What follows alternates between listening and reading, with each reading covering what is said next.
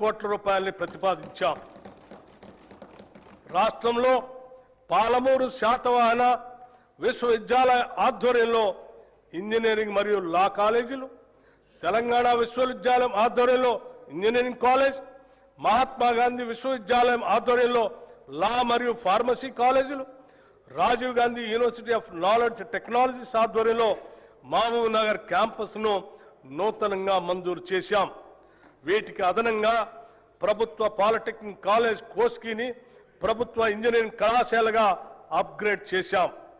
Station Ghanpur, కే సముద్రం, గంగాధర, ధర్మపురి, పాకాల్, కోస్కీ మరియు దేవరకద్రలో కొత్త ప్రభుత్వ డిగ్రీ కళాశాలలు ప్రారంభించాం.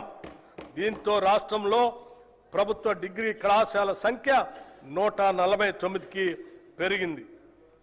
రాష్ట్రంలో ఉన్న 57 పాలిటెక్నిక్ కళాశాలను అడ్వాన్స్డ్ టెక్నాలజీ సెంటర్లుగా ఉన్నతీకరిస్తున్నాం.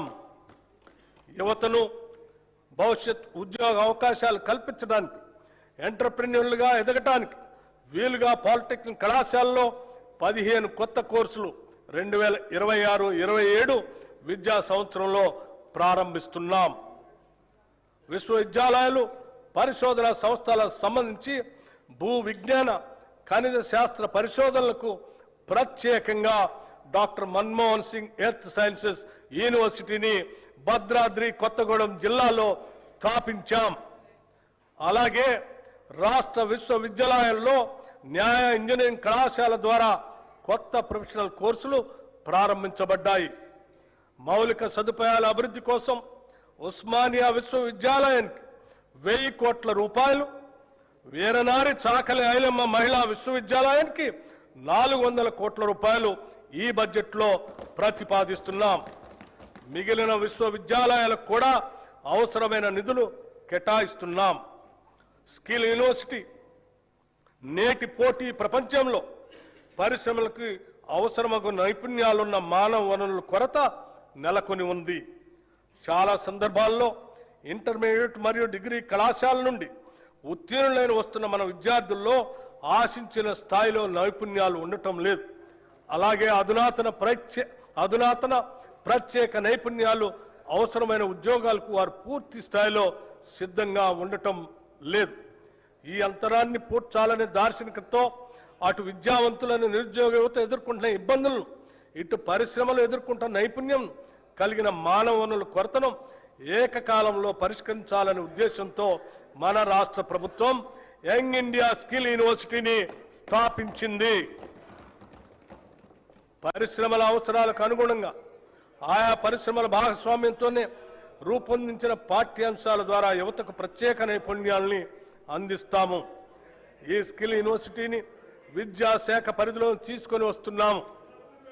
రాష్ట్రంలోని 65 ప్రభుత్వ ఐటీఐలను ఆధునిక పరిశ్రమ అవసరాలు తగినట్లుగా తీర్చిదిద్దేందుకు అడ్వాన్స్డ్ టెక్నాలజీ సెంటర్లుగా ప్రభుత్వం ఉన్నతీకరించింది. దీనికి అదనంగా 53 అడ్వాన్స్ టెక్నాలజీ సెంటర్ ఏటీసీలను మంజూరు చేసింది. వీటి నిర్వహణ పనులు పురోగతిలో ఉన్నాయి.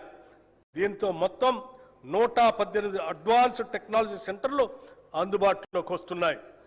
అడ్వాన్స్ టెక్నాలజీ సెంటర్లో శిక్షణ పొందుతున్న ట్రైనీలకి ప్రతి నెల 2000 రూపాయలు స్కాలర్షిప్ రూపంలో ఇవ్వాలని ప్రభుత్వం నిర్ణయించింది.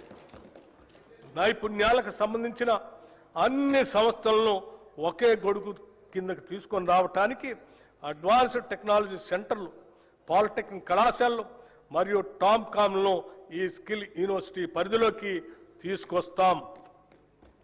యువతను బ్లూ కాలర్ ఉద్యోగాల కోసం సన్నద్ధం చేసేలా ఉస్మానియా యూనివర్సిటీ, జేఎన్టీయూ తదితర విద్యా సంస్థల తరహాలో ఈ విశ్వవిద్యాలయాన్ని తయారు చేయటమే మా ప్రధాన ఉద్దేశ్యం.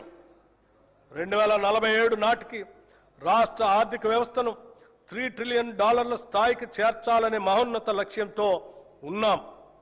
ఇందుకు మనకు భారీ సంఖ్యలో నైపుణ్యం కలిగిన మానవ వనరులు అవసరం.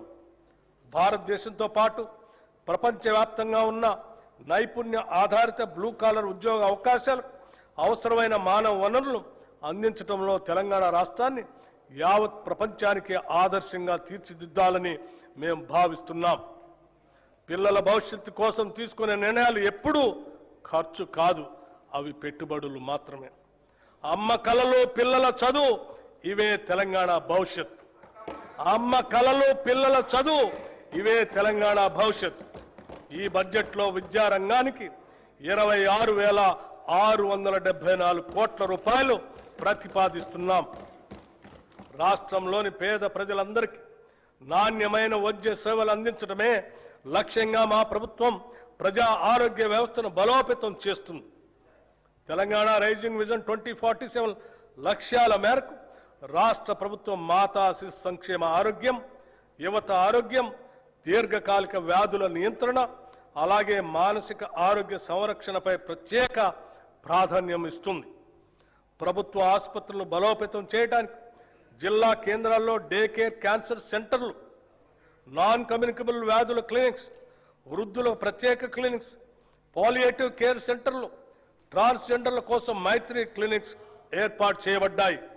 ఇంతకాలం గ్రాంట్ ఇన్ ఎయిడ్ సంస్థగా ఉన్న 12,720 బెడ్స్ సామర్థ్యం కల తెలంగాణ వైద్య విధాన పరిషత్తును పూర్తి స్థాయి ప్రభుత్వ సెకండరీ హెల్త్ కేర్ విభాగంగా చేస్తున్నాం.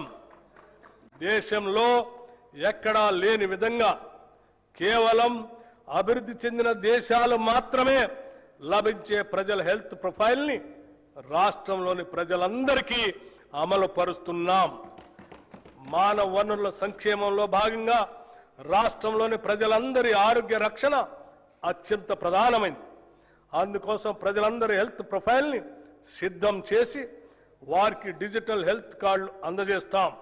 వీటి నిర్వహణలో అత్యంత గోప్యతని పాటిస్తాం. నూతన వైద్య కళాశాలలు మరియు సంస్థలు గత ప్రభుత్వం కేవలం పేపర్ల మీదే మెడికల్, నర్సింగ్, ఇతర కళాశాలను చూపించి ప్రజల్లో ఒక భ్రమను కలిగింపజేసింది.